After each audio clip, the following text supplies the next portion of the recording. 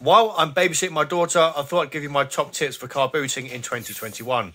First up is, believe it or not, go to bed earlier the day before. The chances are you're going to be getting up at least 2 or 3 hours earlier than what you would do on a normal Monday to Friday. So don't forget to take that into account when you're going to bed the night before, because you want to be as fresh as possible when you're getting up at 5 o'clock in the morning. Make sure you find out when the car boot is going to open. If it's going to open at 6, you don't need rocking up at 7:30. Otherwise, all the good stuff might be gone. Wear appropriate footwear. I've done it far too many times because I've still not learned my lesson after doing it for a few years. It's always going to be colder and wetter in the morning. It doesn't matter if it's going to be 30 degrees later on at 5 o'clock in the morning. It's still going to be wet, still going to be damp, there's still going to be mildew. Wear the correct footwear. Money. Take enough money. Take change. Take lots of money. Take whatever you can afford to take. Because if you don't spend it, you can just deposit it back in the bank later on. IKEA bags are an absolute godsend.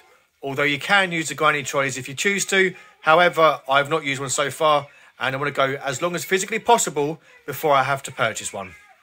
If you are lucky enough to know someone who's selling at the car boot and you can potentially store your stuff there rather than going back to your own vehicle in the car park, do so.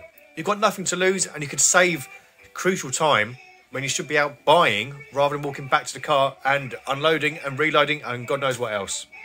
Stick to what you know, but also follow your gut. If they've got one particular item that you're after, always ask if they've got more. However, don't hang around at someone's boot and just wait for things to come out or try to pull things out yourself. That's not the right way you want to go about it. However, this is common practice in a lot of car boots. But generally speaking, the seller will just get annoyed and eventually, hopefully, the car boot staff will come over and give you a good telling off. Did I mention change is important? You need to have coins. Lots of coins. £1, 50p's. Depending on what you're buying, you might want 20p's as well. But me personally, I tend to do 50p's and pounds. Do not be afraid to look things up on your phone.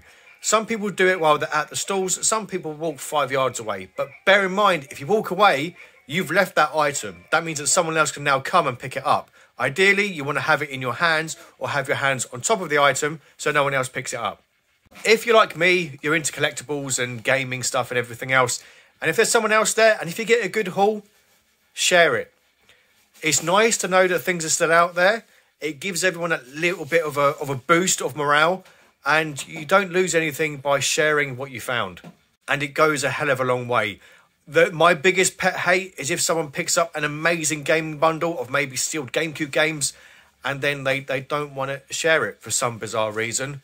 Half of the point of doing what we do, for me anyway, is find that really ultra cool rare stuff or cool ultra rare stuff. And what's the point if you don't get to have a little bit of a willy wave? And if you're like me and you've got a partner who doesn't go to the car boot, try and keep an eye out for something for them as well, because it makes getting up at 5 o'clock in the morning a little bit sweeter for your partner if they're going to have a random gift. Even if it is something that only cost you 10p, a little bit goes a hell of a long way. Happy wife, easy life. And my last one, just do one more lap. When you think you're done and there's nothing else to buy, just go around one more time. But there we go, the 12th of April is fast approaching. Fingers crossed we can all get back out there and get our hairs cut because it looks an absolute state. But if it's been at all helpful, then drop a like. And fingers crossed we'll be able to see some booty hauls in the near future. But that's it from me. As always, thanks for watching. Don't forget to like, share, comment and subscribe. Or my daughter might kick you in the shins.